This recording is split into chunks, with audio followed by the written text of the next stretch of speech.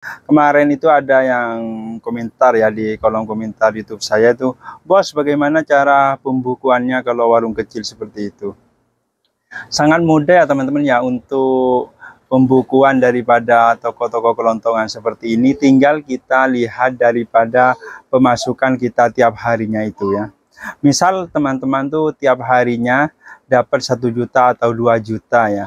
Itu ambillah 10% atau 50 atau 5% daripada penghasilan yang teman-teman dapatkan itu. Misal nih, teman-teman dapat 1 juta, itu yang teman-teman harus simpan 100.000 atau 70.000-nya seperti itu. Sisa daripada itu nanti dijadikan modal untuk kolakan kembali seperti itu teman-teman. Nah, tapi yang terpenting daripada itu semua itu bukan di situnya ya teman-teman ya. Terutama penjual kelontongan seperti saya ini, agar supaya warung kita itu menjadi ramai, kita harus memberikan pelayanan yang bagus ya teman-teman ya. Agar supaya omset yang kita dapat itu akan bertambah tiap harinya seperti itu. Karena kalau warung-warung seperti ini ya teman-teman ya, kalau kita itu jualan kemudian dengan wajah semrawut, tidak pernah senyum pada orang, pada konsumen kita itu nanti yang mau konsumen kita itu jadi malas untuk membeli teman-teman. Itu ya. Bagaimana sih cara menaikkan omset penjualan kita? Itu ya tergantung daripada kitanya sendiri ya teman-teman ya, terutama pada pelayanan, karena faktor pelayanan itulah yang bisa menaikkan omset daripada penjualan kita gitu ya. Berhenti dulu ya sejenak tadi karena ada orang, karena sudah memasuki waktu zuhur ya teman-teman ya, dan di sebelah saya ini kan masjid ya, ada yang adzan gitu, maka kita harus menghormati adzan dulu kemudian menjawab adzan itu sendiri ya. Habis itu kita berdoa ya kan, karena apa ya, doa yang mustajab itu salah satunya adalah berdoa setelahnya adzan gitu. Karena kita ini seorang pedagang ya, kita berdoa kemudian mendoakan dagangan kita itu semakin laris gitu ya, dan omsetnya semakin meningkat tiap harinya seperti itu ya teman-teman ya. Kembali lagi pada tadi ya teman-teman ya, cara pembukuan daripada warung kelontong seperti ini. Orang yang jualan seperti halnya saya ini teman-teman ya, tidak semuanya orang bisa ya, tapi bisa dilakukan oleh semua orang, tapi tidak semua orang bisa. Karena orang jualan kelontongan seperti saya ini teman-teman ya, satu memang pekerjaannya itu santai, cuma menunggu saja di warung kayak gitu ya, tapi membutuhkan kesabaran teman-teman ya, membutuhkan kesabaran, ketelatenan, kemudian kerja keras lah ya kan. Dalam arti kerja keras itu bukan tenaganya yang harus kuat ya teman-teman ya, tapi ya sabar itu, karena kita ini adalah menunggu teman-teman ya, bukan menjemput bola seperti halnya usaha-usaha yang lain seperti itu. Makanya kunci kesuksesan daripada toko kelontongan seperti yang saya geluti sekarang ini adalah kesabaran, pelayanan, murah senyum, kemudian telaten dengan hasil yang sedikit teman-teman. Jangan kalian anggap orang jualan itu labanya itu besar, kemudian keuntungannya besar gitu ya, sangat sedikit teman-teman ya. Keuntungannya itu cuma 1% daripada pemasukan tiap harinya ya, atau 10% daripada 100% pemasukan tiap harinya seperti itu teman-teman. Terus teman-teman ya, kalau jualan seperti halnya saya ini jangan menghitung laba tiap barang ya kan. Kalau kalian menghitung laba tiap barang itu, mencari keuntungan sekaligus itu sangat sulit teman-teman, dan teman-teman tidak akan menemukan itu. Misal ya jualan ciki-ciki seperti itu, teman-teman langsung ngambil laba banyak, jangan ya. Labanya itu sangat sedikit teman-teman ya, hanya 100 rupiah, 150, ada yang 200, ada yang 300 seperti itu. Makanya saya udah bilang tadi, kuncinya sukses berdagang itu adalah harus sabar dan telaten menerima dengan pemasukan yang sedikit seperti itu teman-teman.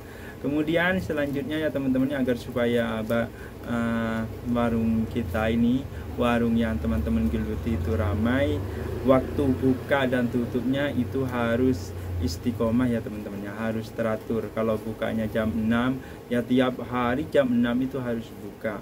Kalau nanti tutupnya jam 12 malam, maka nanti tiap hari itu ya kan tutupnya jam 12. Itu akan memberikan stigma pada orang-orang yang mau beli barang kita dan jadi semangat untuk membeli teman-teman.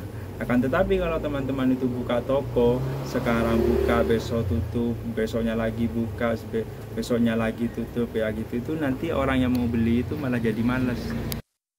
Oh iya ya teman-teman ya, bagi teman-teman yang nonton video saya ini jangan lupa bantu support selalu, subscribe, like, dan share ya.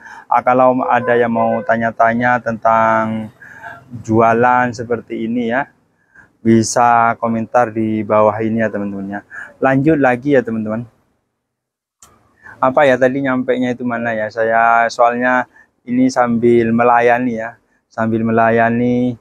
Kalau ada yang membeli seperti itu teman-teman ya, kalau ada waktu-waktu senggang seperti ini saya buat video seperti ini sambil sharing ya, itu menceritakan apa yang sudah saya alami seperti itu ya.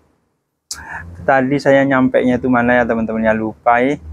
Oh iya ya teman-teman ya, tadi nyampainya itu pada pembahasan buka tutupnya warung ya. Maaf lagi, ini lagi ada orang yang membeli lagi.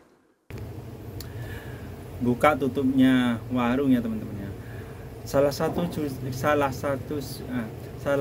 kunci suksesnya warung-warung Madura itu selalu ramai, yaitu karena konsisten di dalam membuka dan tutupnya warung ya. Itu salah satunya seperti itu ya. Karena itu bikin orang itu tidak ragu-ragu ketika mau membeli ke toko kita teman-teman. Karena sudah terkenalnya seperti itu, makanya ketika mau ke sini, misal ada konsumen mau ke warung kita, itu sudah tidak ragu-ragu, tutup enggak ya gitu. Sudah enggak ada pikiran seperti itu, karena stigma di dalam pikirannya ke konsumen itu pasti kalau warung Madura yang ada di sini ini pasti buka seperti itu ya. Itu adalah salah satunya, karena itu sudah menjadi apa ya, yang menjadi stigma yang sudah tertanam di dalam pikiran konsumen gitu. Akan tetapi teman-teman, kalau kalian tuh bukanya seperti halnya yang saya jelaskan tadi, itu buka tutup, sekarang buka besok tutup, besoknya lagi buka, kemudian jam buka dan jam tutupnya itu tidak konsisten, nanti orang-orang itu memberikan stigma pada warung kita. Itu setiap mau belanja ke warung kita itu punya pikiran, oh paling tutup ini sudah gitu loh teman-teman, oh paling ini udah tutup atau gimana gitu. Orang itu tidak yakin, akhirnya jadi malas teman-teman, jadi malas untuk belanja ke warung kita, jadinya dia milih pada warung-warung yang lain. Nah, kalau buka warung itu jangan sampai seperti itu ya, harus konsisten, karena kunci kesuksesan daripada warung-warung ini bisa ramai itu yaitu salah satunya adalah kita harus konsisten di dalam buka tutupnya. Kemudian kedua, harus memberikan pelayanan yang terbaik ya, yang kalian bisa seperti itu. Tapi kalau bisa teman-teman ya, kadang orang itu menurut dia sudah memberikan pelayanan terbaik, akan tetapi dalam ilmu perdagangan pelayanannya itu kurang maksimal dan masih banyak kurangnya seperti itu. Bagaimana baiknya? Ya kita harus banyak belajar ya kan, banyak belajar, kemudian nonton di YouTube bagaimana tip-tip cara melayani, tip-tip cara apa ya cara memulai pembicaraan ketika ngobrol sama konsumen seperti itu. Karena kebanyakan orang teman-teman yang membeli ke warung kita itu ya kan, salah satunya adalah karena senang pada penjualnya, merasa nyaman ketika membeli pada warung itu karena sering diberikan servis yang terbaik oleh penjualnya. Itu kebanyakan yang pertama itu ya kan. Terus yang kedua, barangnya murah-murah ya kan. Tapi kalau kita sudah memberikan servis terbaik, meskipun barang itu agak dimahalkan teman-teman, kadang itu tidak menjadi sesuatu yang masalah ya bagi sebagian orang seperti itu. Itu tidak menjadi sesuatu yang masalah.